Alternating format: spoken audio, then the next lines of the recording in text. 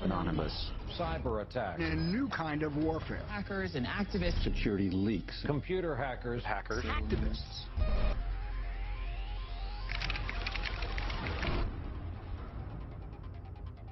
Anonymous has struck again with a warning. This is just the beginning. Anonymous is a collective known for recent attacks on government and corporate websites. The internet is a powerful new medium where just a handful of people in small groups, just by shifting data around in the right directions, can make big changes and big damage. The more you said, the more frightening it was. The Pentagon is now singling out Anonymous as an example of the serious new cyber threats facing the country. The fundamental unit here is information warfare. We're gaining back the freedoms that the forefathers assured us through technology, and we can't allow these freedoms to be taken away. I will put my body on the altar of liberty again and again and again.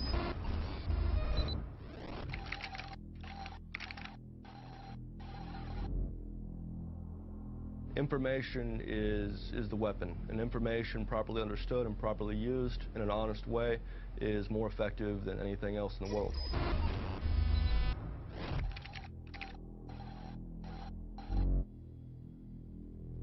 If you've got your eye on Boeing, yeah, please go for it. I'd like to see those fuckers go down. Download the code, modify the code just a bit, bombard the Pentagon. You're either with us or you're against us.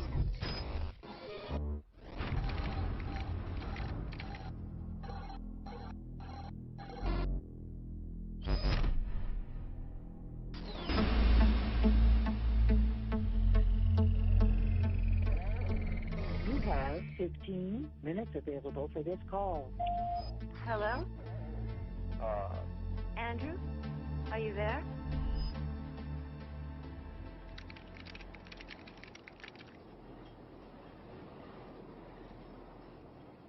It's not scary to be going to prison?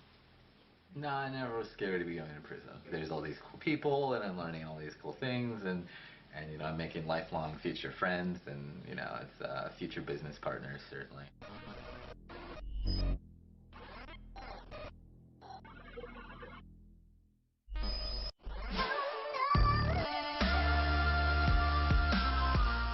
Embarrassing people. I enjoy it. It's viscerally fun. He's an instigator. The most lovable little pest on the internet. His ability to make other people so angry is the talent that he has. Almost 99% of the articles that come out for Weave, they all start with, he's a dick, he's an asshole. Little Weave is going to troll the fuck out of Apple and AT&T.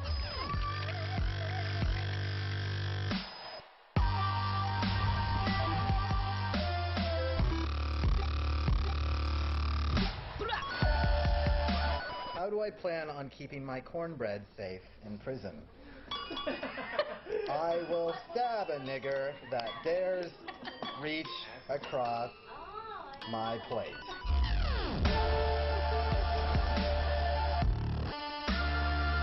I am the Bruce Lee of RegXP. I didn't get caught. I put my name on what I did. I'm not here to play nice with AT&T. I'm here to comment and criticize. There was a URL on an AT&T web server with a number at the end. And if you had add 1 to this number, like you could have typed it in the iPad web browser over and over again, you would see the next iPad 3G user email address.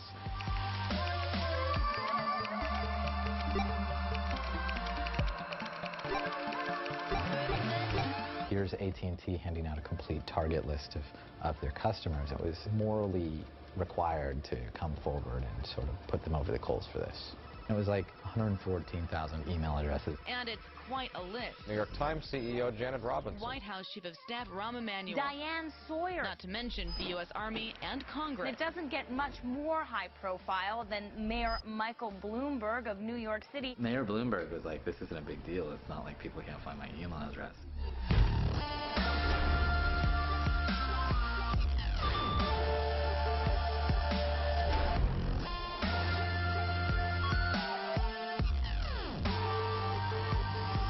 I'm aggregating public data and using it to criticize people whose politics I dislike. The FBI is combing through people's emails, grossly violating their constitutional rights. I think I have moral superiority here.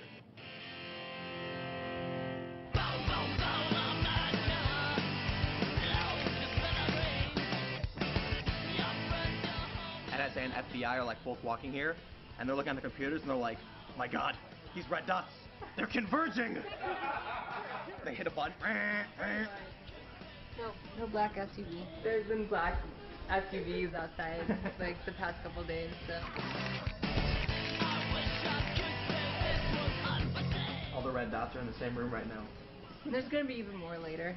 Magic fucking genie. You're actually in power. You're in charge. The most drastic improvements that need to be made are in the education system. We need to give people the kind of classical Western education that they used to have. We need a curriculum that embraces, you know, like Keats and Byron. It doesn't sound revolutionary. It's absolutely revolutionary. We have people in power that have explicitly engineered our education system to make people dumb, obedient, and uncreative. Getting them out of fucking power and remaking it so people can be free-thinking, well-educated, sensible, non-reactionary people. This is a revolutionary thing, and it's probably going to require a whole lot of bloodshed. Why has the FBI targeted you? They have, by their own admission, been surveilling me since I was 15 years old. That was in the search warrant they used to kick in my door in 2010. And why? They wanted me to inform on hackers on the internet. You know, like they've tried to get me to do that many times. There is a congruence between whistleblowing and hacktivism and hacktivists. The similarity is speaking truth to and of power, revealing the power structure, whether it's corporate, whether it's government, or both. I was a senior executive at the National Security Agency, and I served there for about 6.5 years. I blew the whistle on the secret surveillance program called Stellar Wind, which were the foundational surveillance programs that ultimately Edward Snowden, 12 years later, is now disclosing through reporters and journalists. The government went ahead and prosecuted me under the Espionage Act. And I faced, it was a 10 felony count indictment. I faced 35 years in prison.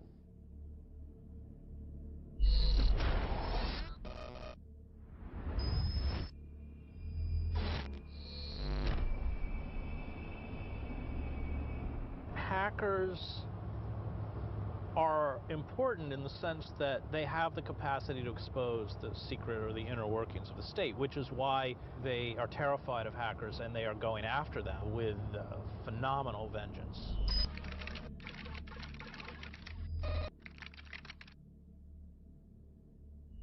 We are looking at increased transparency. Unprecedented transparency. They want to avoid scrutiny. So our response, our best weapon, is to bring scrutiny to them.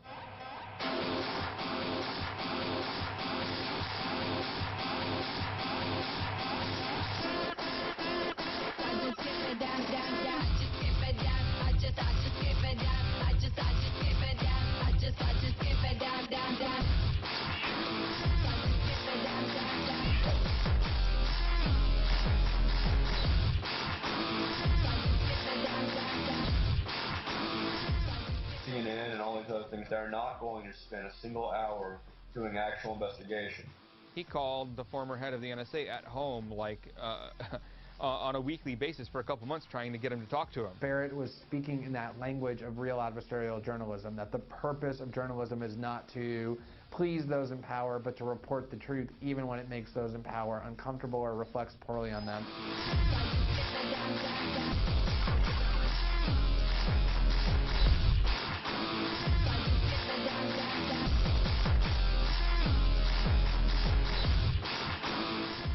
29 years old, a cocky college dropout, a self-described anarchist, Brown proclaims he is policing wrongdoing. He was brash, he was cocky, he was arrogant. He's fucking full of himself.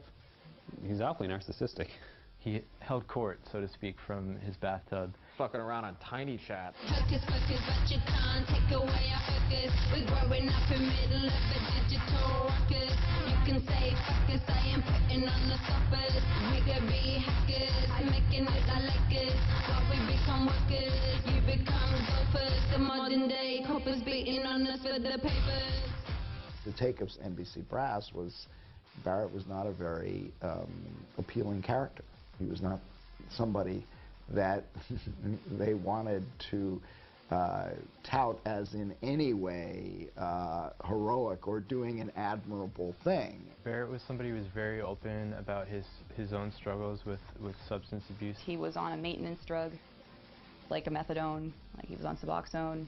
At least he was trying to stay off hard drugs, you know, to be on at least a medicine.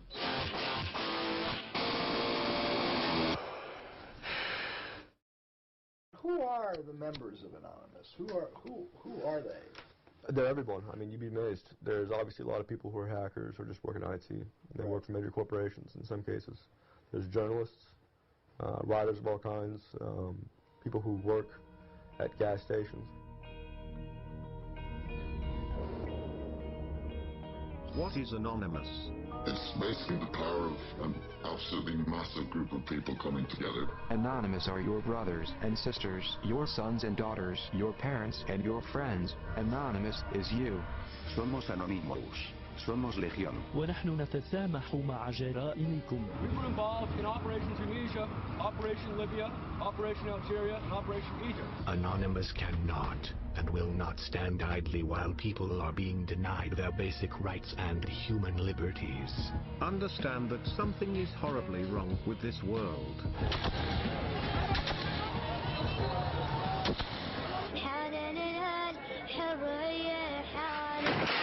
The Tunisian government has made itself an enemy of Anonymous. The Egyptian government has revealed itself to be criminal for the good of mankind and for our own enjoyment. To end the corruption, we must expose it. If you are working for a corrupt company, leak the data.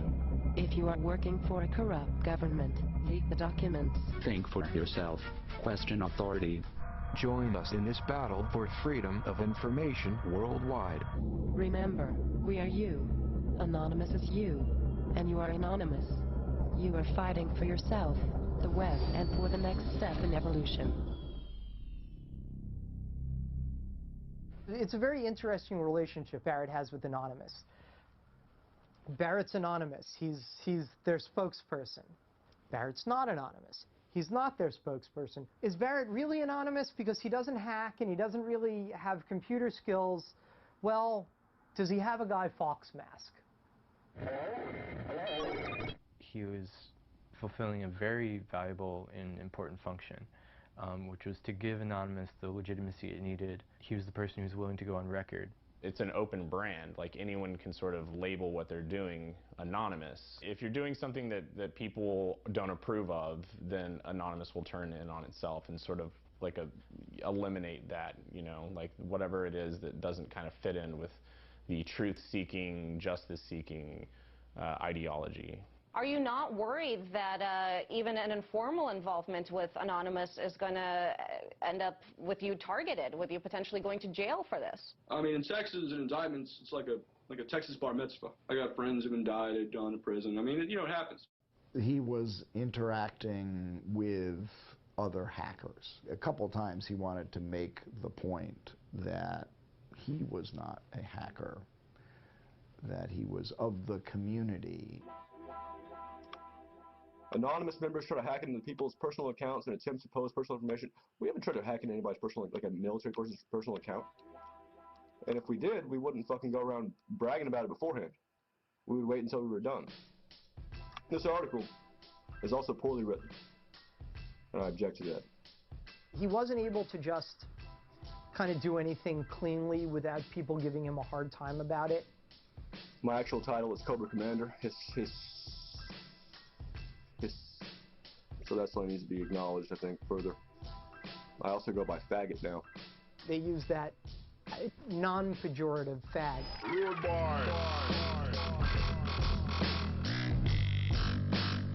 He's an ego fag and a moral fag and a leader fag and a, you know, just about everything but a, you know, but a fag is, you know, leave it to the internet to have to repeat themselves.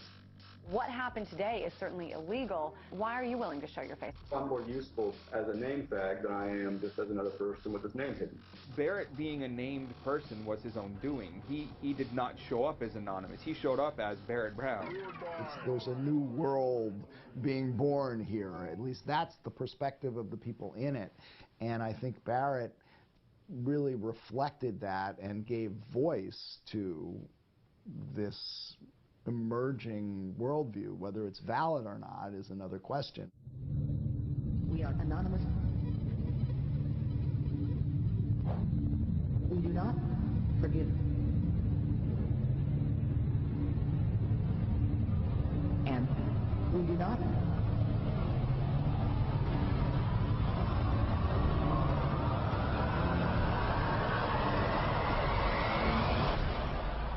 forget. I'm the de facto leader of a movement, screaming hack the planet back in 99. Activism in its prime. Sabu spoke about things in terms of this being a movement for revolution, and everybody was his comrade or his brother. He had kind of built himself up within Anonymous and had this reputation of, like, doesn't give a fuck freedom fighter. There's de facto leadership, de facto organizers. Someone had to have the idea and start bringing people in. So for a little while, they're going to listen to this guy. They're going to say, what are we doing here? Why are we doing it? There are two types of hackers. There's a ghost hacker who constantly changes his identity so nobody knows who he is or even how to really get a hold of him. And then there are people with permanent fixed identities. Subversive. Fuck the feds. Fuck the government's obsession with controlling the people, and fuck our lack of privacy. Sabu had a permanent identity. He made it pretty clear what his philosophy, his politics were. I find him to be incredibly annoying. He uses words like, what's up, niggy, and he's a very, like, to me, like, I'm annoyed by everything that he says. Like, I don't like his terms and the way he, like, talks. He was the king of the hacking world, doing it like a sir, in fact. Friends around the globe, we are low security. Oh, that's unexpected. LulzSec came from Anonymous, and they enjoyed what each other did. Laughing out loud at security, lols, sick. Yeah, yo, that's right.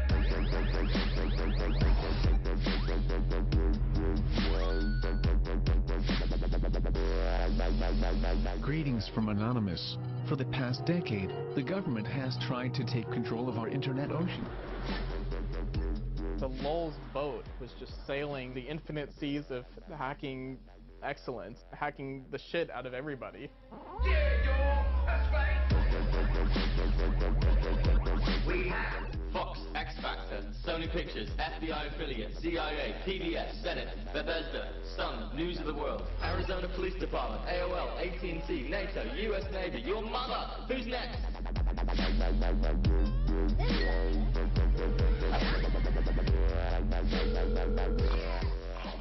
Topiary, is everything alright? Are you dead? Crossing the road, I'm not gonna Are you okay? Remember you tweeted my fucking phone number, said 512-560-662. Here's the leader of LulzSec. Call him now. You put it on the fucking LulzSec Twitter. Barrett Brown is the leader of LulzSec. Give him a call now.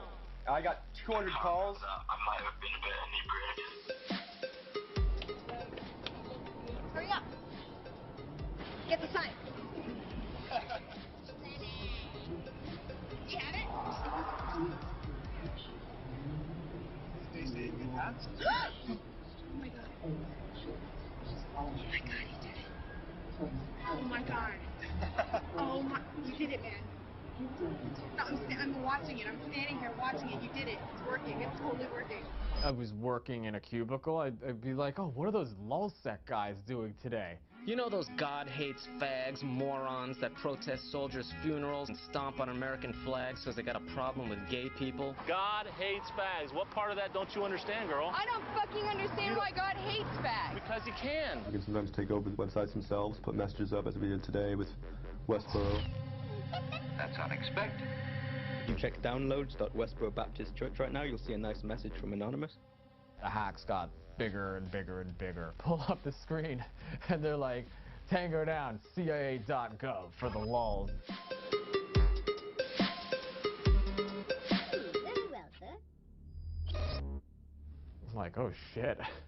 What a hacktivist can do and does do all the time is embarrass the power elite in a way that, you know, boots on the ground can't.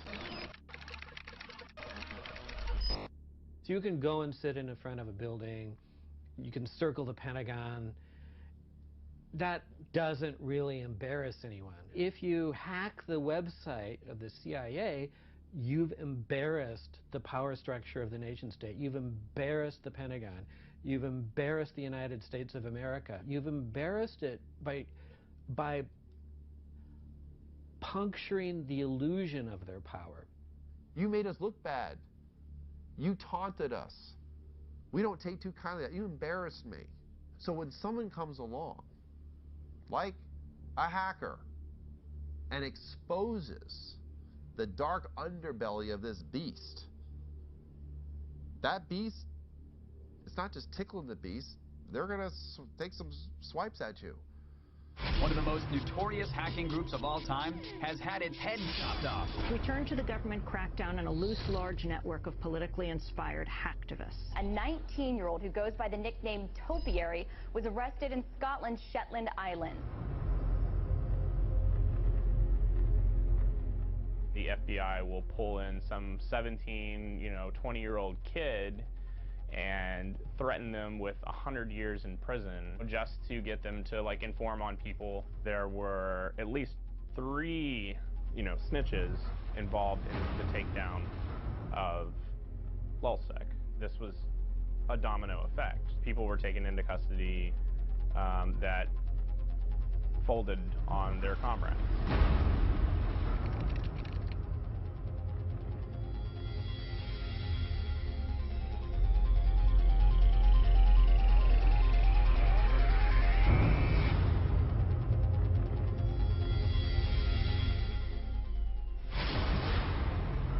Want to speak to me?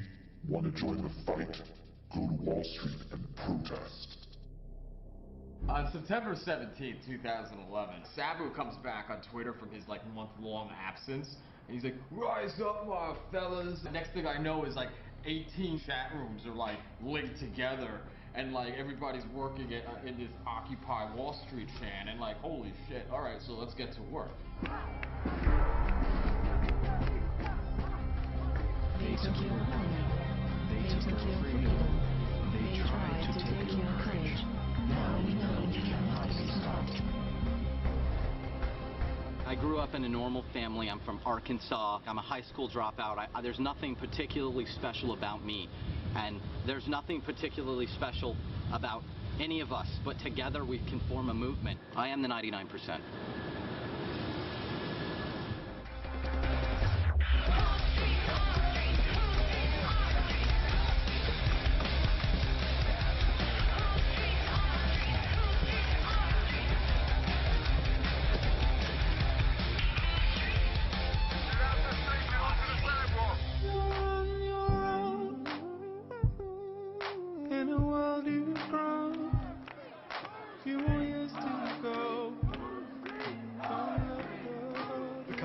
Tricked us into going down a one-way street, and then they kettled us because we were on a one-way street.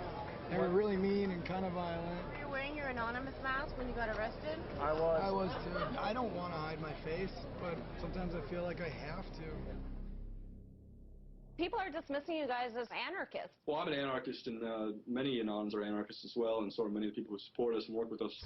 Anarchy. Thousands of Occupy protesters flooded the streets. The sinister mask fashioned on Guy Fawkes, the revolutionary who attempted to blow up the British Parliament buildings more than 400 years ago, has become a worldwide symbol of anarchy and revolution. They are terrorists.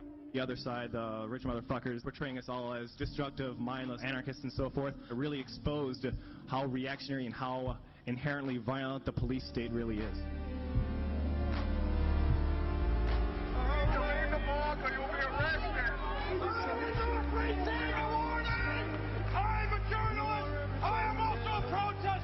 This guy was just arrested, didn't do anything illegal. This guy was just standing around too.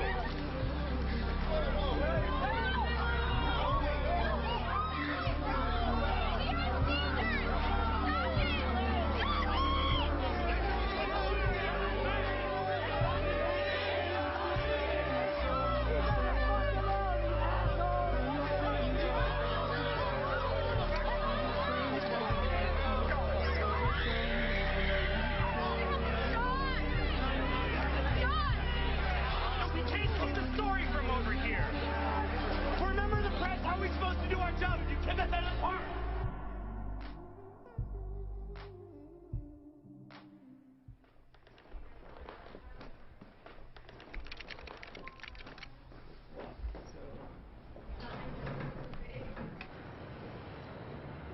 The Jews fooled the Germans because they got to Germany and they're very like serious, rigid people, and the Germans were like, oh, they're just like us, and so they got this great success in Germany. And then the Germans figured out, oh, they took over our banks and it's hyperinflated our currency. Fuck these people. Right? And perhaps the punishment was disproportionate to the crime, but Maybe. The Jews were the criminal people in Germany, and they did have something coming to them, you know, just a little. Oh Perhaps not the Holocaust. I totally don't blame you for walking away. It's a good thing you're a troll. You can always pull that kind of troll card. He's obviously a troll and by all accounts, an asshole, and highly offensive and of dubious moral fiber and dubious moral standing. He is an internet troll, and for the uninitiated, that's someone who just likes to mess with people for the sake of messing with people. Trolling is a rhetorical style that exposes somebody else's personality flaws by eliciting a reaction from them that shows the true nature of their character. He pinpoints your vulnerability and he immediately starts to exploit it, but for a higher cause, to show that you're hypocritical, to show that you have misogyny, to show that you yourself are racist while you're yelling at him for being racist. Trolling is in the Socratic tradition of questioning everything and driving people nuts until they question their assumptions. And that's basically what a good troll will aspire to do. If I were to name parties that I think were great trolls, I'd say Giordano Bruno, Zeno of Elia, Jesus Christ, Joseph Smith, Brigham Young. I'd definitely name some parties who used a very combative style of rhetoric, but probably nobody alive. You meet Weave in person, and he's the nicest guy in the world. He'll hold the door open for you, he'll grab you a soda if you ask him, and if you meet him online, he'll spew a whole bunch of anti-Semitic crap, and he'll be really mean. I'd like to think of trolling as a way of expressing working class discontent. I recall recently that Gina Reinhart called the working class people of Australia lazy and without self-control. Trolling is the right of said people to respond by telling her to perhaps stop eating and get on a treadmill. You say that trolling is about creating something that expresses the true nature of the character. I wonder how what you said about Gina Reinhart exposes the true nature of the character if you're just talking about her weight. When she has inherited wealth from her father, a bunch of mines, and she runs around calling the people that pull the minerals out of the ground for her lazy and stupid, and it's disgusting. It's a level of decadence and gluttony that I think speaks not only through her weight, but her general demeanor. She's a loudmouthed, obnoxious idiot. I'm not a bigot, except by the original definition of bigot, in that I air my opinion very loudly without the concern for others' fucking cries of help about, oh, you're saying something that we don't like to hear. That's actually the initial definition of bigot before it was associated with a racist, somebody who loudly airs their opinion. And it says something stark now, that bigot is a pejorative term. There's a quote from Voltaire. It says, to find out who rules you, find the people you may not criticize. Why do we all have to agree with each other? And that's what freedom is about. It's I can call you a disgusting kike, and we can still live in a fucking safe society. You know? He actually is trying to shove this down everyone's throat. Freedom of speech at all costs, as hardcore as I can make it. He's a crazy fucker, but you know, he's our crazy fucker, I think. What was it, the Gay Nigger Society? Oh crap, I can't say that on camera, can I? I should probably not put that on camera. The Gay Nigger Association of America has been around, I think, probably since 2000. It is a very old troll organization. I was elected president of it in 2010. Figured out what works for you, so I tried to mention Jews. I've been key lying. Oh shit, oh crap, it's another we've attacked. So it's so out of you, CDOS. It's time to stress.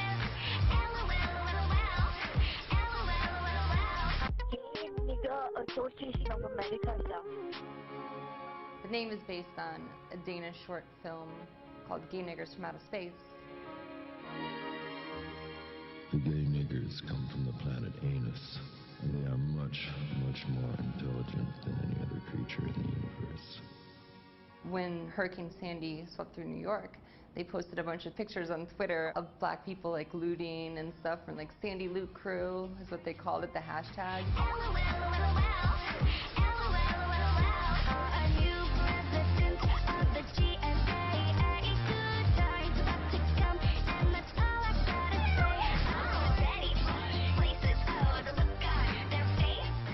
Tons of media outlets picked it up. If people were tweeting out pictures of white people in suits stealing TVs, the media would actually investigate it and be like, all right, this is bullshit, instead of just reporting on nonsense without any forethought. Trolls in trouble. Computer hackers find themselves on the wrong side of the law after breaching AT&T security. I mean, I guess there's like a blurry line between like Goat Security, was it a troll or was it a hack? But I mean, the name Goat Security invokes that terrible image of that ruined my childhood. He named his company Goatsy Security, so if you know what Goatsy is, G-O-A-T-S-E, I'm not going to explain it. Hey, there's a gaping security flaw here.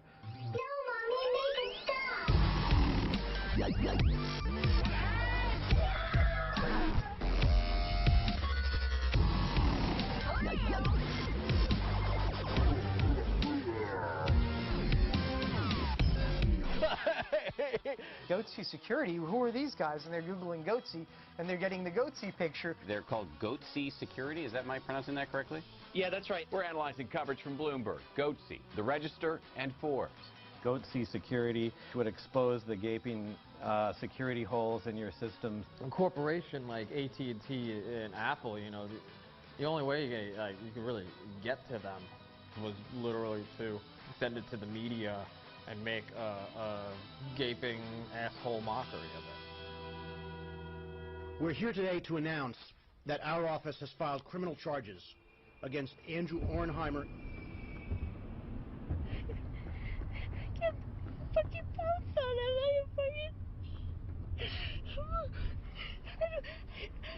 I don't understand it. The picture that the press has painted of me is unfair, and I'd love to have a discussion, a fair discussion. Truth triumphs in the end. Would you say you did anything wrong? I don't believe I've done anything wrong, no. What happens when a hacktivist comes along, some kid, right, like Weave comes along and like punctures the invincibility of the United States government or AT&T? You minimize the power of these institutions by doing that, right? That's why these kids have to be stopped.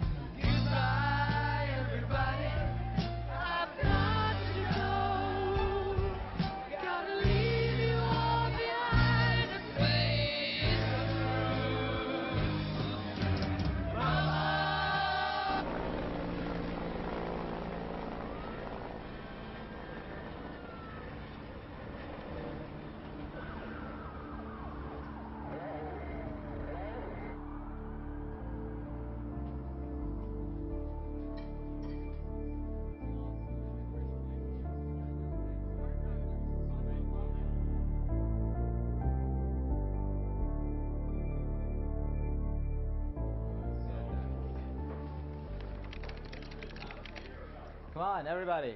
Everybody, we're going.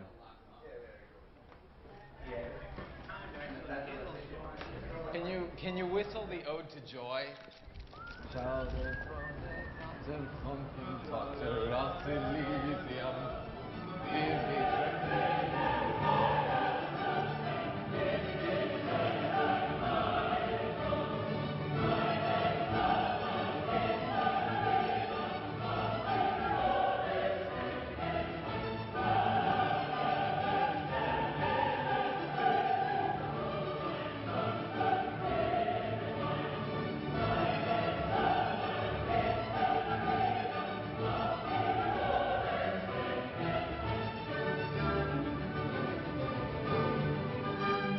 Been good knowing you. I hope to see you all again.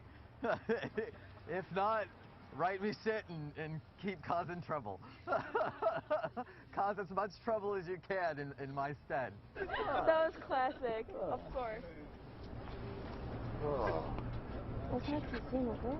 You're not coming in? No, I'm coming in. I just don't know how fast they're going to take you. In my country, there's a problem, and that problem is the feds. They take everybody's freedom, and they never give it back. I'm going to prison for arithmetic. I added 1 to a fucking number on a public web server, and I aggregated this data, and I gave it to a fucking journalist at that man's publication. And this is why I am going to prison, is arithmetic. Fuck this country.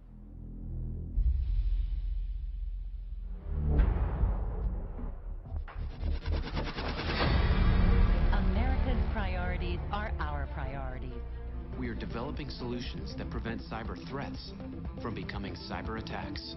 Because at Northrop Grumman, values are what enable us to perform at the very highest levels. Because we know that what we do affects the security of our nation and other nations around the globe. Northrop Grumman. CACI. Lockheed Martin. Booz Allen Hamilton. Abraxas. Palantir. Stratfor, leader in global intelligence. A lot of these companies recruit very much from the CIA and from the military intelligence and that kind of thing. That's very, very common for board members in particular to be either ex-generals, ex-CIA, ex-NSA in some cases. Even people who are paying close attention to it, like me, had never really focused on those players before until Barrett started doing the journalism that he was doing. There's always been contractors. We had contractors during the American Revolution. Let's be real in terms of history. We've never had what were defined as inherently governmental functions, including the centerpiece functions of the intelligence system, the most secret being turned over for profit to corporations. If you have that kind of control because of the accesses you're granted and the government giving you the deep state intelligence, the deep state data, guess what? You get to serve the state. You get to justify its continuing existence. You're going to color the world with the mentality of the state, which is the world's a dangerous place. There's lots of threats out there. It's a target-rich environment. These are people that are in this to enrich themselves, right? They're people in the government and they're the people in this business. And they don't care that it's not helping anyone. These are not patriots. These are people that maybe have military backgrounds. They might think of themselves as patriots, but they are not patriots. So we can meet and surpass shareholders' expectations. Branch into adjacent markets and pursue billions of dollars in unconstrained growth opportunities. They're invested in the security theater. Hundreds of billions of dollars have been spent on national security, ostensibly to protect us. I can actually say it's actually in the trillions, the total amount of money. I would argue it's the largest redistribution of wealth in the history of the United States. Wars are not meant to be won, they're meant to be continuous. And if you want to hold a continuous war, whether in real life or on the internet, then you need an enemy that can't be destroyed. And Anonymous is impervious to really being destroyed because it's decentralized, it's everywhere, and it doesn't even have to exist. I mean, they could just say it exists, and then it would. And it's sort of just like terrorism. Terrorists are everywhere. Your neighbor may be a terrorist. So, you know, we have to remain vigilant, you know, and that's the same thing that's basically happening online. Right now I've got Barrett Brown, founder of Project PM and one of our cyber experts. Barrett Brown joins us now to break it all down. So is this an official declaration of war against Booz Allen Hamilton and possibly other contractors? Yeah, we just got around to declaring that war just now. I still collaborate with some anonymous participants within my own group, Project PM, acquiring more information and bringing attention to what's called the intelligence contracting industry.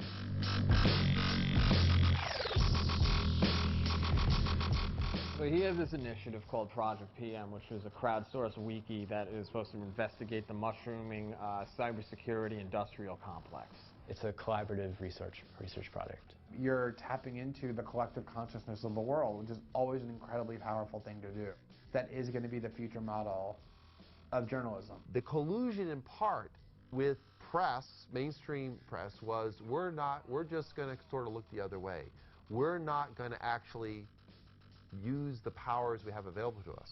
He was building up this database of who is doing what with who, what intelligence firms are working for what government entities, what outside ones are working together, what contracts have they landed that we don't like, all that type of stuff they don't want the public to know about.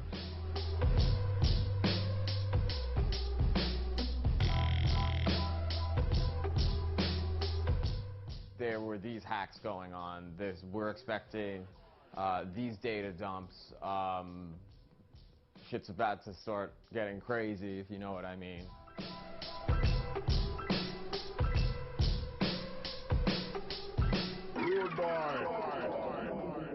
Going through, thousands of emails is kind of a huge undertaking. It's a lot of reading. Did you do that? Go through hundreds of emails? Can I say that? These people were contributing to what they believed was a journalistic project. They were contributing anonymously, they thought, to help the cause of journalism. Obviously, Barrett was onto something. Otherwise, there wouldn't have been this type of reaction. 41 months, 3 years supervised released, 1 drug test within 15 days, computer monitoring, mental health evaluation, $73,000 restitution to U.S. Treasury to be given to AT&T. He reached for his phone, he reached for something, they fucking tackled him, handcuffed him, took him out for like 15 minutes. He came back, not just in like handcuffs, but like with the thing around his waist, like the big chain, laughing. Like, it's seriously like walking around the courtroom, just going like that. I gave him the thumbs up. You guys fucking seen this?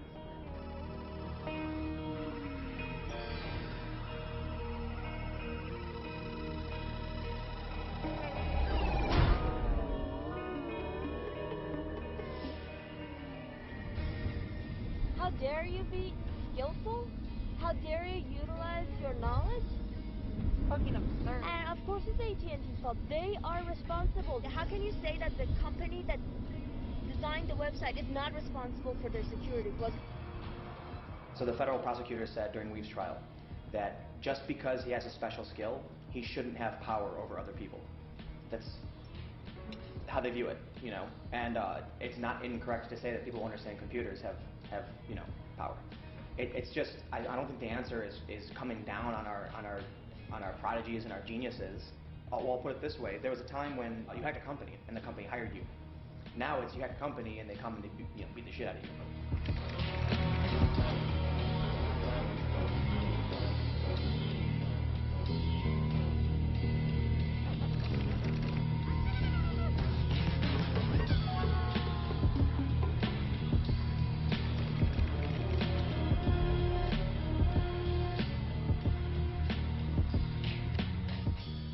Hackers, hacktivists in prison by virtue of pointing out weaknesses in the very structures that we depend on as a common good. But we weaken the common good for what? We're turning on ourselves. And any time a country empire turns on itself and begins to find threats from within, well, that should tell you how far gone we are.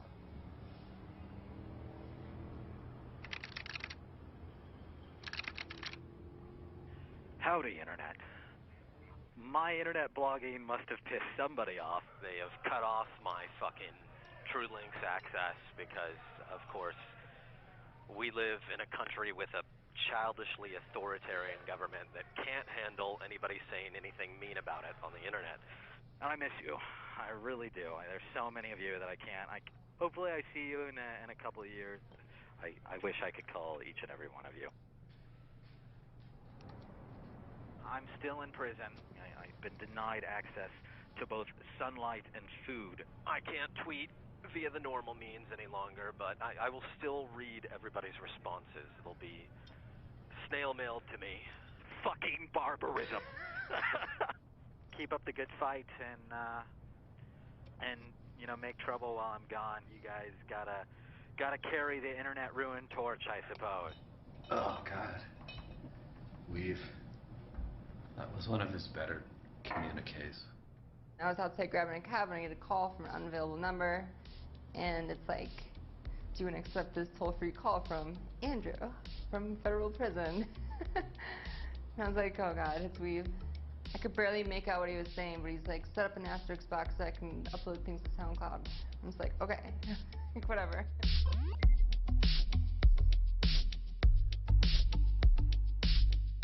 He had email access for a month, and then they took it away because they figured out that he was sending messages to another person who was tweeting them out from his account. He and someone else had like code words set up, so if I said like, say this to my mom or something like that, then the next line would be a tweet. They were trying to shut him down, and we found a way to subvert it. ISS, our best client. Scroll a macro, real giant. Sitting in the gym, getting mad, defiant. I'm the man when they can't stand compliant. The more that they try to, you know, make this go away, the government, it keeps coming back, and it'll bring more attention on Weave. Took him a couple years to garner 5,000 followers, and then as soon as he goes to jail, in a month he gets 5,000 more. Got the Tommy Wiseau, director of the room when I spit flow. Saying Weave should be chillin' and get mo. Cause the man's afraid of gay names when they raise the crypto. It took them a month to figure out that we were uploading to SoundCloud, even though there was like news articles about it. And just a few days ago, we looked at the caller ID, so we had 2 mysterious phone calls. One of them was from U.S. government, all capitals, and the other one was from Federal Bureau of Prisons. Ever since then, we haven't heard from him.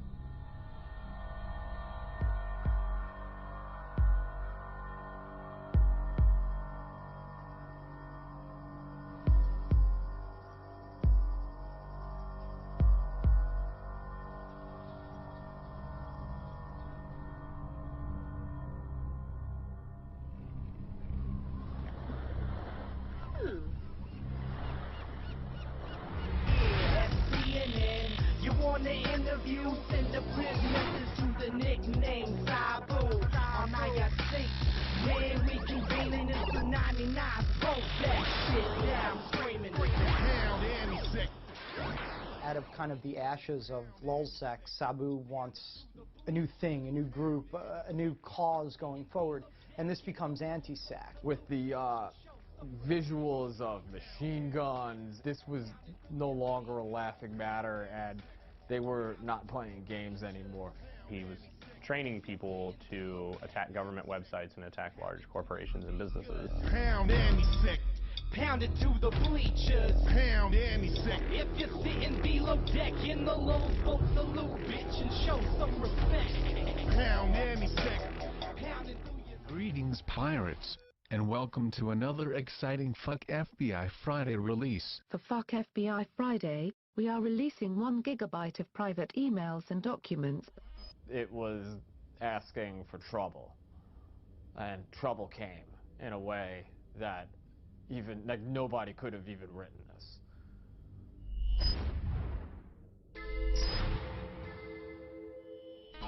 Anti-SEC culminated in Christmas of 2011 with the Stratfor hack. I remember like being with my family on Christmas, like glued to my computer, like looking over, trying to interact with my family, right, at the same time as, you know, the Stratfor stuff's going on. And I guess there's that glee that happens, right? The glee that happens whenever, like, oh, this happened, this big hack. Some people are just hanging out, you know, because it's like, you know, I'm a devotee to train wrecks. And other people are, like, seeking out knowledge. Stratfor is a private intelligence contractor. They act as a outsourced private version of the CIA. The national security journalist Joshua Faust or Faust maybe, he said that Stratfor is no different than a private investigator, but PIs don't have the sort of clientele that Stratfor had. Hunt Oil, National Oilwell Varco, Emerson Electric, Dell Computers, Northrop Grumman, Lockheed Martin, Department of Homeland Security, Defense Intelligence Agency, U.S. Marines, and they don't have the sort of informants that Stratfor has. Israeli Prime Minister Benjamin Netanyahu, Mexican diplomat Fernando de la Mora Salcedo, DEA pilot and sometimes supervisor William F. Dionne, giving them information off of JWIC's top secret classified computer network. So that's not the PI that you would hire to see if your spouse is cheating on you. That's Stratfor.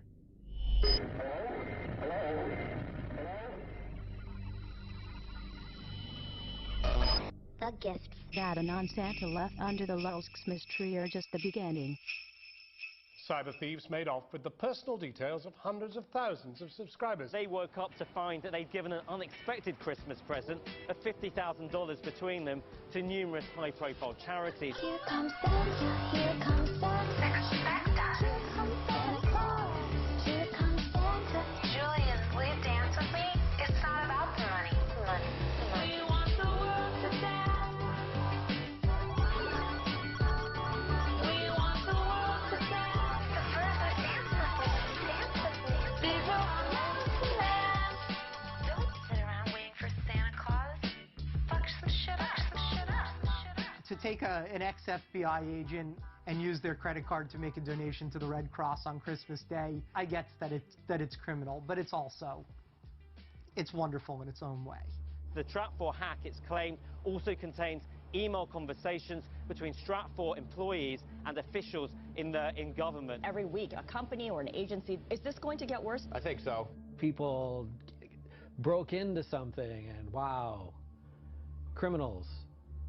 Well, okay, even if you want to call them criminals, they're coming up with this information that looks a lot like criminal activity. The day that WikiLeaks published the Global Intelligence Files, which is what it calls the Stratfor leak, The Atlantic wrote an article titled, "Stratfor is a joke and so is WikiLeaks for taking it seriously." And that was the very day of the leak, so surely they didn't read the 5 million emails that I've spent more than a year researching.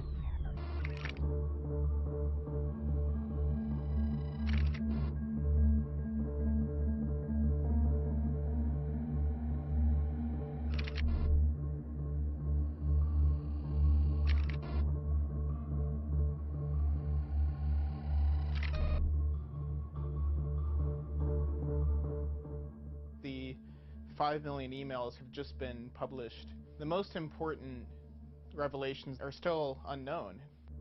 The information involved got to us because several young people sacrificed to get it to us. They went out and took it.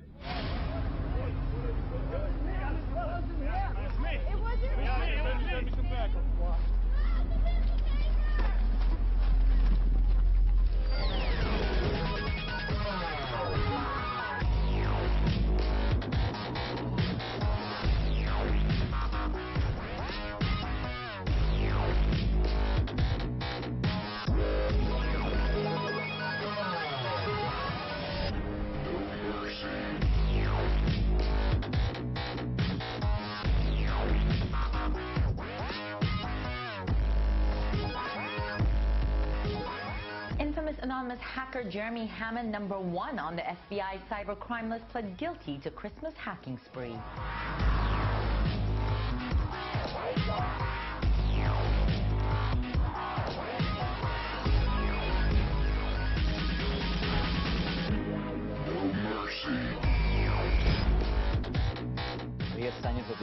Jeremy Hammond. Jeremy Hammond qui fait face à lui. Known as the electronic Robin Hood, Jeremy Hammond. Computer hacker Jeremy Hammond has been sentenced to 10 years in prison.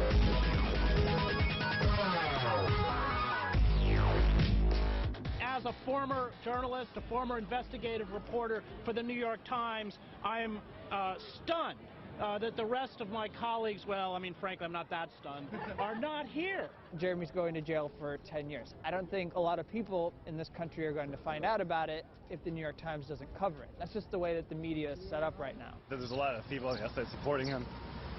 He's gotten a lot of letters, so, you know.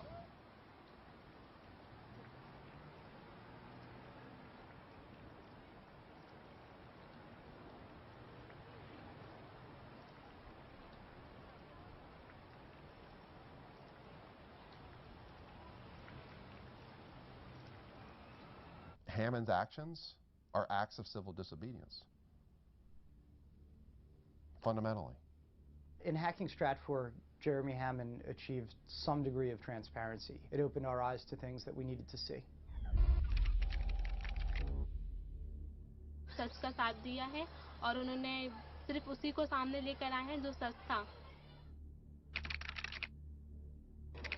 25 years after Bhopal, after a gas tank released toxic gas into the cities surrounding the factory, they were monitoring dissent and demonstrations against Dow Chemical.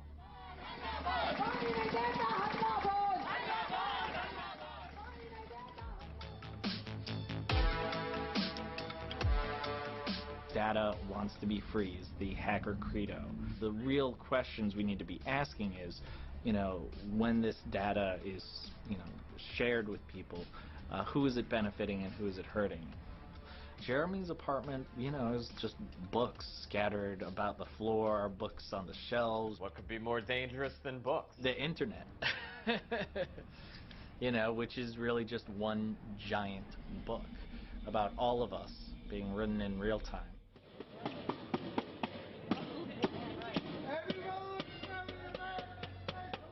To the extent that Jeremy Hammond is responsible for those 5 million emails, he did something entirely necessary.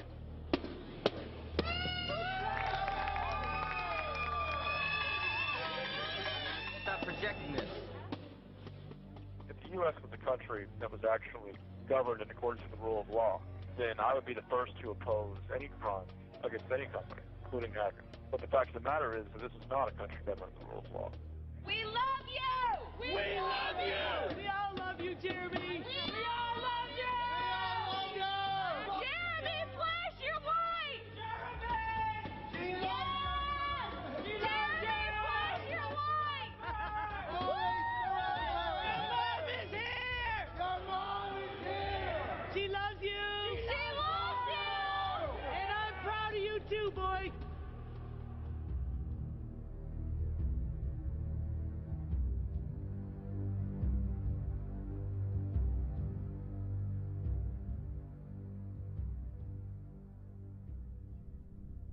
My name is Barrett Brown, and I've been waiting for this day for about 6 months. In a way, I've been waiting for this day since I was 7 years old. On March 5th, I received communication from a certain individual saying that I was going to be raided the next day at my home.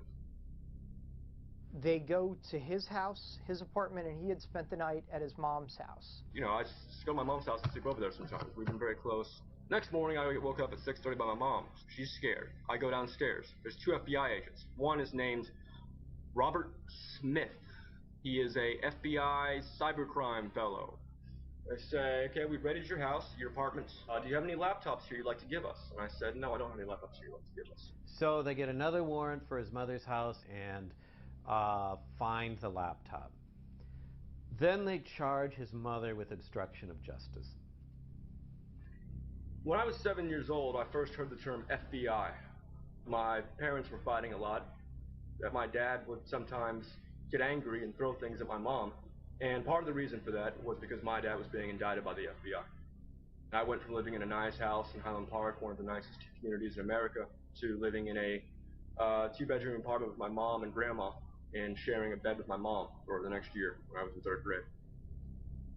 They'd gone after his father and bankrupted his father, and his father was eventually found innocent and apologized to by the court. So basically, the FBI ruined his family. When I was in the backyard, I remember I heard the Mexican FBI agent bring the other one back in and said, oh yeah, the bad guy's back here. It was that day I realized I'm a bad guy. You know what, I had no idea beforehand. And even now I still have trouble really sort of internalizing that. But if the FBI says it, it must be true, and from now on I am a bad guy. It's kind of like a quad, and everybody in the apartment complex can hear this man ranting against the FBI on the balcony. And I'm getting a little bit concerned, but I also want him to have his, because he's very brown. He says crazy stuff. In the evening, we sit in the tiny chat, just joking around. I'm not wearing a shirt. People like us who are totally fat can do that. Oh, there she is. Hi, Insert Maxie.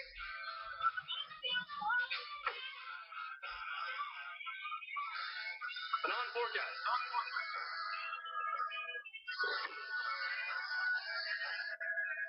Hey, can you tell me if you're a GIF or not? She said shit. I swear to God, she said shit the other day. It was crazy. And the picture on her fucking Twitter is the same person. Yeah, I'm pretty sure it's a real person. Oh my god. Look, you're pretty. You don't have to really think I'm like super passionate about this argument.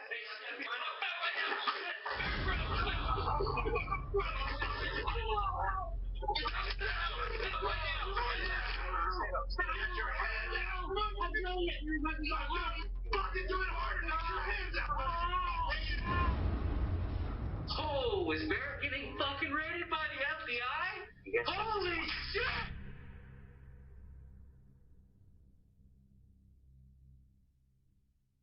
If you're in the place getting raided, okay, you don't know anything because all of a sudden your utilities go out.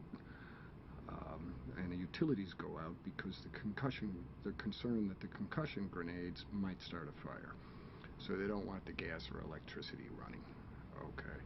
And none of the stuff you see on television where, you know, they go at the door with the battering ram. No, that door comes down in one blow. Okay, and you're down on the floor, okay, with one of these macho jerks pointing an assault rifle at your head, swearing at you and telling you to freeze or he's going to blow your fucking brains out.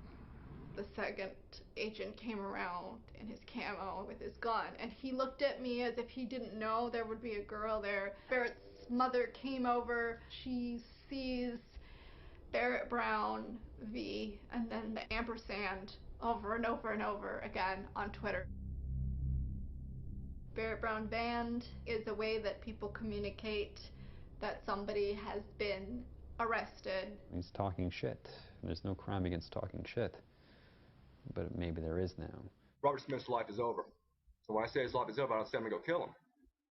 But I'm gonna ruin his life and look into his fucking kids. How you like them apples? What kind of threat ends with "How do you like them apples"? It's like from like 1840 or something like that. If it was just threatening the agent and that's all he was being charged with, I wouldn't even care about this case. Let him and Special Agent Robert Smith go out back and duke it out, or let Special Agent Smith beat him up, or whatever he has to do. The second indictment comes, and then it's like a fucking kick in the gut.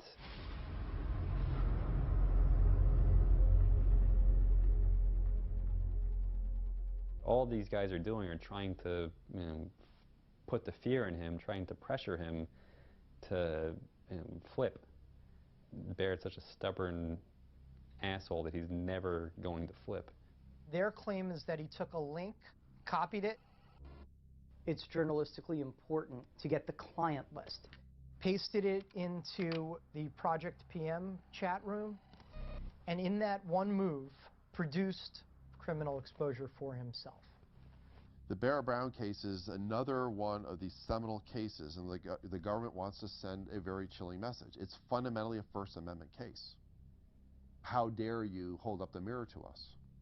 They called Project PM like a criminal organization, and that's what people freaked out about, because there were a whole bunch of people who hung out on that server or that wiki and like, wait, this is a criminal. I think they're after who? Anyone else? Any other names to put on our list of people to watch? The tingly feelings of like paranoia crawling up my spine like a spider, they're there for a reason. Just because you're paranoid doesn't mean they're not after you. So Jeremy Hammond did the hack, 10 years at this point. Who's the guy that's looking at 105 years at this point? It's Barrett Brown. And what's the difference? He's disseminating the information. He's doing something more dangerous than what Jeremy did. Here's the message it sends from the government to the hacktivists who are getting great coverage and are becoming folk heroes through the press. Don't talk to the press, because we're going to get their computers and we're going to get their sources and we're going to get you through that. To the press who are covering the hacktivists, don't cover these hacktivists, because we're going to get you.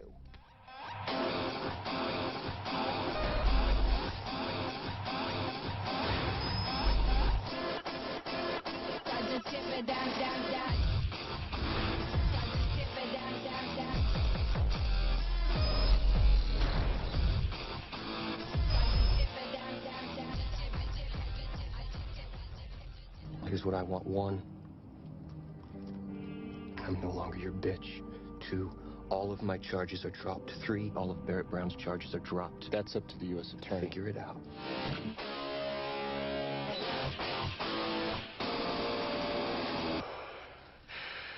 Hector Xavier Monsegur was responsible for the arrest of Jeremy Hammond and other anonymous and LawSec members. Sources say he began cooperating with the FBI. I'm the de facto leader of a movement, screaming hack the planet back in 99. Activism in its prime, global hell had the dot mill.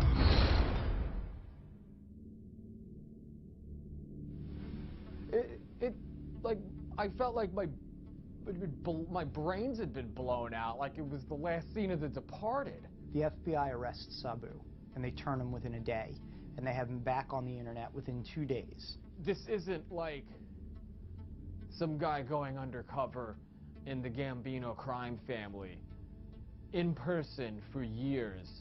None of us had ever met him before. He was just this guy we knew from the internet. He talks the talk so forcefully with that kind of New York personality. You know, we are doing the right thing for the people. We are building this anew from the ground up. We are taking down the ugly, evil, capitalist, imperial machinery, and we are building it back up with our own hands, my brother, he says.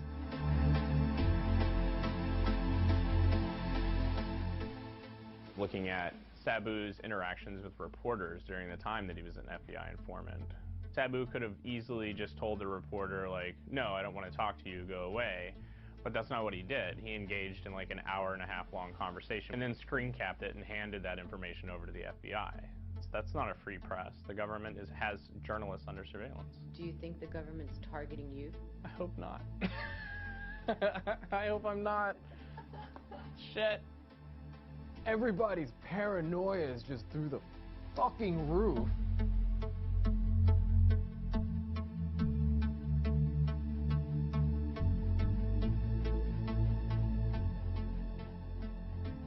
Wait a sec. If he was working for the FBI from that moment in June to this moment now, they didn't delete his timeline. They didn't try to hide any of that stuff.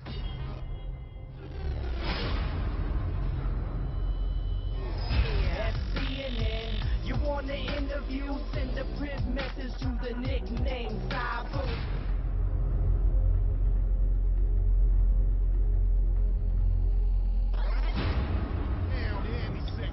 Pounding through your speakers. Pound anything. Want to speak to me? Want to join the fight? Go to Wall Street and protest.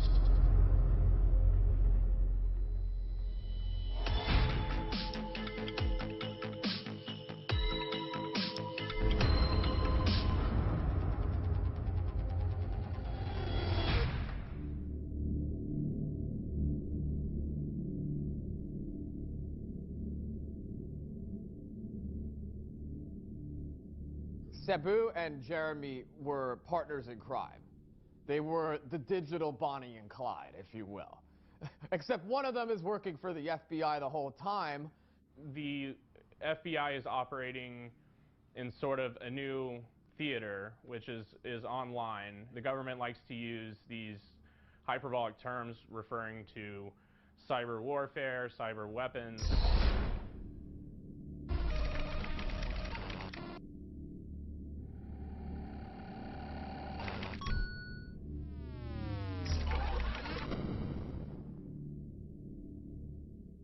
The feds, by proxy through Sabu, were giving Jeremy the 0 days to get into these websites. In order to, say, entrap a terrorist, they would sell him fake explosives.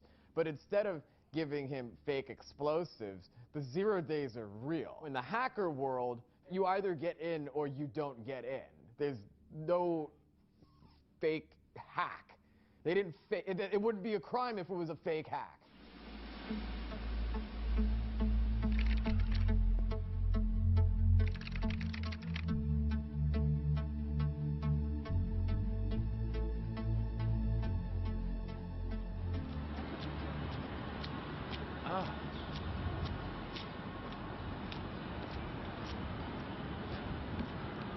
It's the only way I could describe it, dude.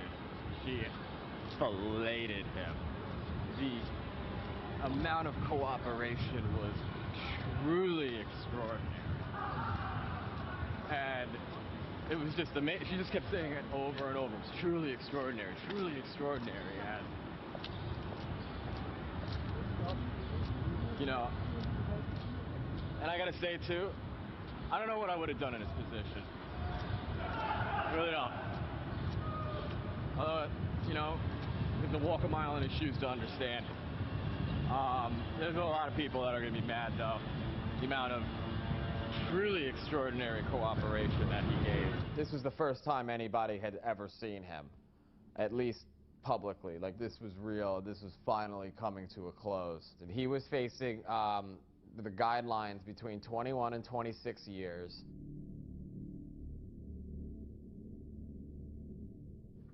He walked out of the Manhattan court complex a free man. Yeah.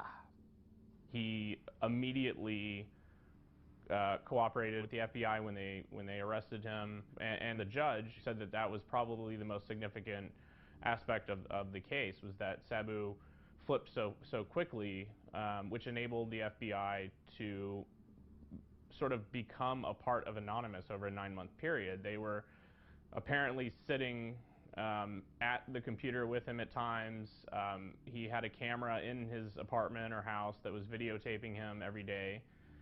He was debriefed regularly by the FBI. Judge Preska said, and I quote, "I salute you." The prosecution and the defense and sort of built him up to be this sort of conservative folk hero, like the model FBI informant, the person who every informant should live up to be, to the point where it made it impossible for them to give him jail time. You can't. It would have been bad for the informant program for him to have worked that long, to work 3 years and then be sentenced to prison.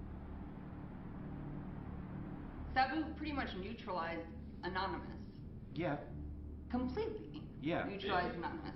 After he went down, everyone's afraid of following any leader, and they're also afraid of, you know, starting an operation on their own. In general, nobody trusts anyone. If you go on any IRC chat, they're all just talking about, you know, like, Who's the Fed? You're the Fed. You're a Fed. Yeah, what about the Fed? Come on. Yeah, and what about that? Well, Like, forget even yeah, all. we know you're a Fed. At the end of the day, he's just a hacker getting used by the government. Sabu is the big snitch. Like, the 9th circle of hell is reserved for Sabu. Him and Cain and like Judas will be there with Satan. Lean back, bitch, we be sending an injection. Magic quotes off, join table intersection. Put it up on base, then it won't get erased. Then 20 million hits till you're down like some cavemen.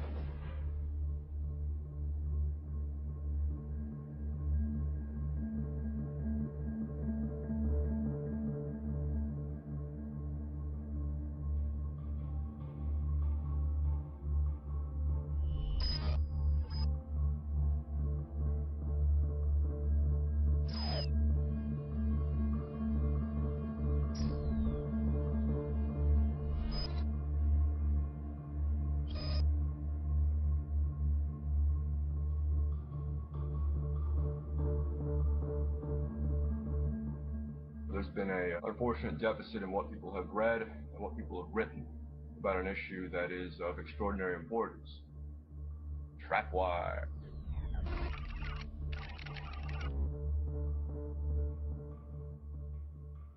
Barrett sort of shines the light on this stuff. He's like, oh my God, it's actually happening. You've got the emails right there. He stumbles across this. Stumbles across it, starts talking about it. Trapwire manages to take lots and lots of data from the closed circuit cameras that are found in large urban areas and makes the information more actionable and functional. Trapwire is software that can match surveillance data taken from multiple closed circuit cameras from across the country.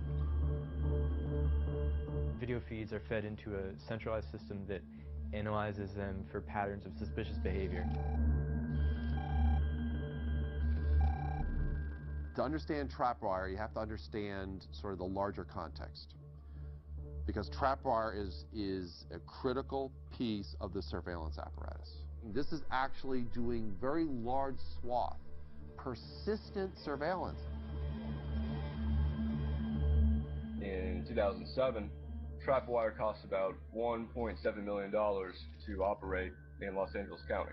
What we know about how it functions is largely gleaned from those emails. Trapwire has been deployed in Seattle, in Los Angeles, in DC.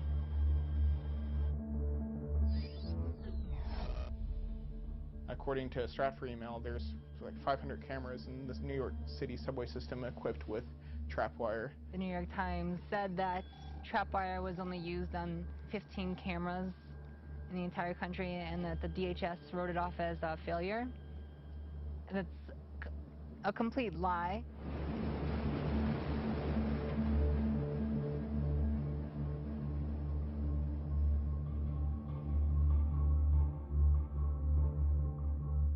We had gone to 30th Street Station to troll trapwire, and so what troll trapwire was for us was essentially acting out these things that the security researcher Justin and other people had said this might work to trigger trapwire's alarms. Sitting there holding my laptop and looking around, and like a little bit. Tweeting, we did video. And live they were being tweeting. ridiculous about the whole thing. Obvious, yeah. Completely obvious. We ate with a senior official in the Philadelphia Police Department. During this, Homeland Security unit for Philadelphia Police had come to him and said, Dustin Slaughter and Kenneth Lip are at 30th Street Station, and they're worried that they're going to smash cameras, that we have something terrorist in mind. It blew our minds when we found out they thought they were monitoring this. They actually were paying attention and freaked out about They're it. doing what everyone's worried about. Right. Like, Yeah. it's not Anarchists are running all over the place and smashing, burning, looting.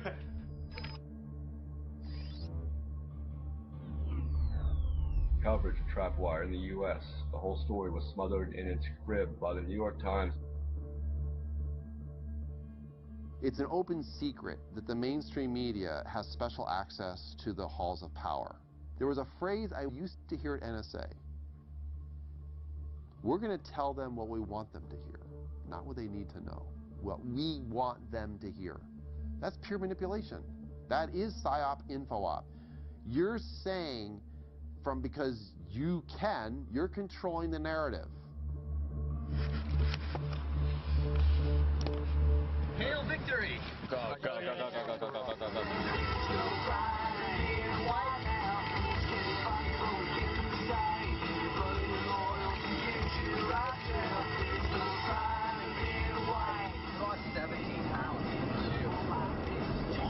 Yeah, dude. I was in a hunger strike cell, and they were taking my blood to make sure that, like, I wasn't starving to death, you know? I was on hunger strike because they refused to give me my books, and my magazines, my newspapers, and my mail.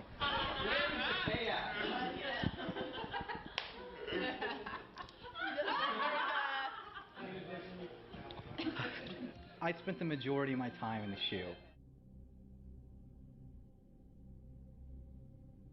They were like, if you continue, we're going to force feed you. And I'm like, well, you're going to force feed me? Hey, I ain't backing down, you know?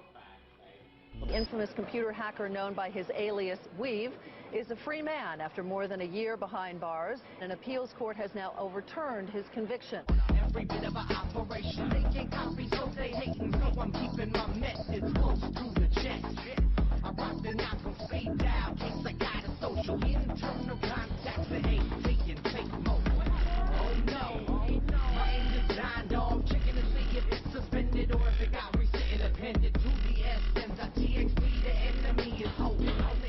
Time behind bars has made Weave even more outspoken than before. I can't watch my society rot when a bunch of federal scum want to just throw anybody that they disagree with in a prison cell. It's the end of the West right now, and we got to fight for it. Somebody has to. You have no instincts to flee like Edward Snowden or Julian Assange. I'm not running. This is my country.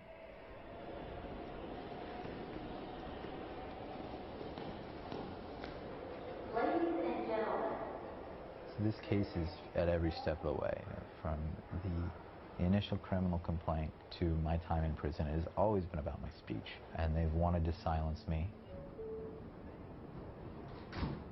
They further punished me in prison and subjected me to conditions above and beyond any other of the prisoners at my facility because of my speech.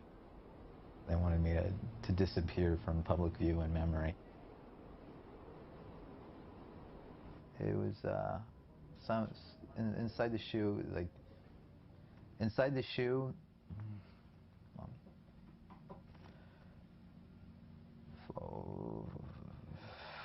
There's an author, Alexander Solzhenitsyn.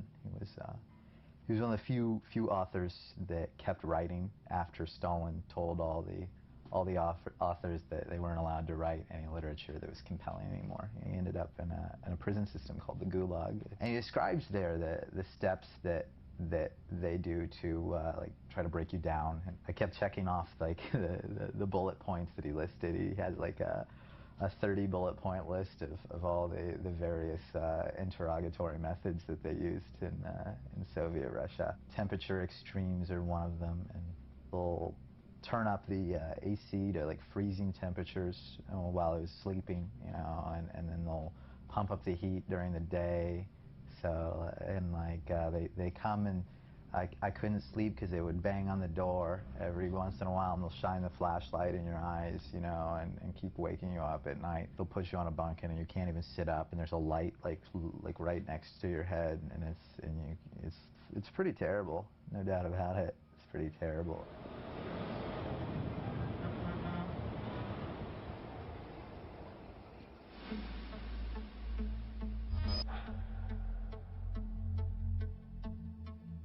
The surveillance state's already here. It's already here. We're constantly on camera. Like this, like we can't put that back in the box. Like we can fret about it and say, oh gosh, we need more controls. A lot like that infrastructure is there and it's not going away. They can watch us through our webcams. They can listen through our phones. There's no privacy left, virtually. We are the most watched, surveilled, monitored, eavesdropped population in the history of the human race. If you have nothing to hide as justification for violating your rights, then you have nothing to worry about. You know where that phrase came from? Goebbels from the Nazi era. Nothing to hide? That means there is no privacy. I left Iran to come here, and now I can't have security or privacy? All we want is just fucking live our lives. Half of us wouldn't even give a shit if we could all be left alone. It's my right by birth to have privacy. They want to own you. That's a power relationship, superior-inferior. If I know every single thing about you, about what you think, how you reason, what your fears are, what you're planning, what you're doing, and you know nothing about me because I'm shielding my behavior behind a wall of secrecy, I have incredible power over you. The power imbalance between us is immense because I can now manipulate you, I can threaten you, I can alter your behavior in all sorts of ways, I can anticipate your behavior, I can prevent you from doing things that you're planning, I can prepare in defense of what you're doing, I can always stay many steps ahead of you. This mentality, this pathological, you have to understand the mindset, you have to understand the psychology behind those who want to know everything. That means anything hidden, anything private, anything sovereign is a direct threat to the surveillance state. The capacity of this agency to spy on people and to know everything that they do is so extreme and awesome. At any moment, pure totalitarianism could be imposed, and the American people would have no place to hide. Security and surveillance state is put into place in order to keep a population captive, and they now have all the mechanisms to do it. Absolute iron control over a restive population, so should the population become restive. The United States unchained itself fully from the Constitution. People still don't fully appreciate it. Talk about mass surveillance, all those stuff. No, they've unchained. This is an alien form of government. It's completely anathema to democracy. It's completely anathema. But obviously the governments are going to come out and say, hey, guess what? We're under national emergency conditions.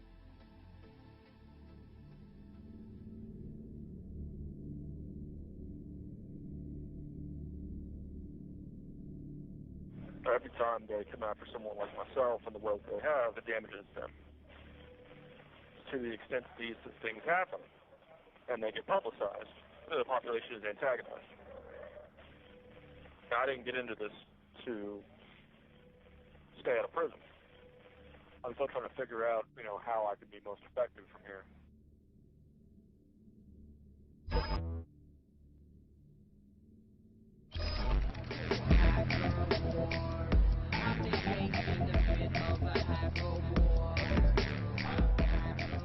I'm going to continue hitting large companies and institutional powers.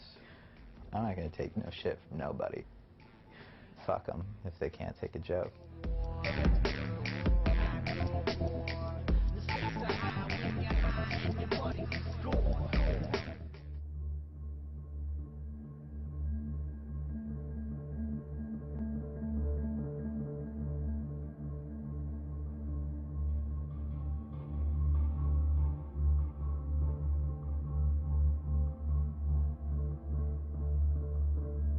I was not going to sit still and remain silent, because if I had remained silent, I myself would have been complicit in the conduct of a crime against the sovereignty of who we are as people.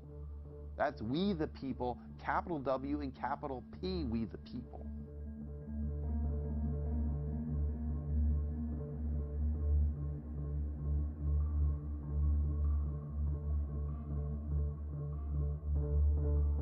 You can just sign off. Right. Like, you don't have to be a victim of trolling. Like, Right. you can just turn off the internet. Every outlet, every avenue of avarice, some mavericks of information face up with the candidates and cameras are there to document the struggle live in person. Take a peek behind the curtain, situations worse than anything the casuals and NBCs can dream of, cause this team of brilliant bastards go on tearing the whole scene up. Journalists and media don't buy what they are feeding you, depleting you the truth because Sabu got off. Judge Preska and the attorneys and the defenders got on their knees and filleted him. That's like a lot more sex than I remember going on in the courtroom. Don't limit your activism to just the mere world of computers. Take it to the streets. We need more foot soldiers in the streets to fuck up shit. deep into the void.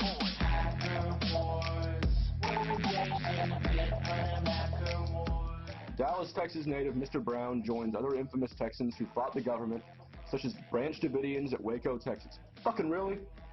Really? The Branch Davidians? Really? Fuck you.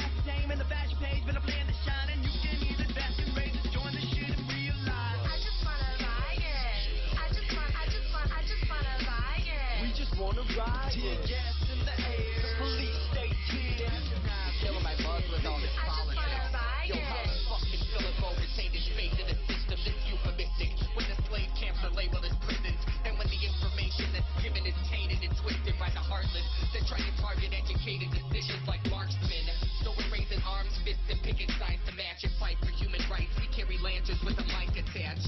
Focus groups began with advertising, then it got involved with an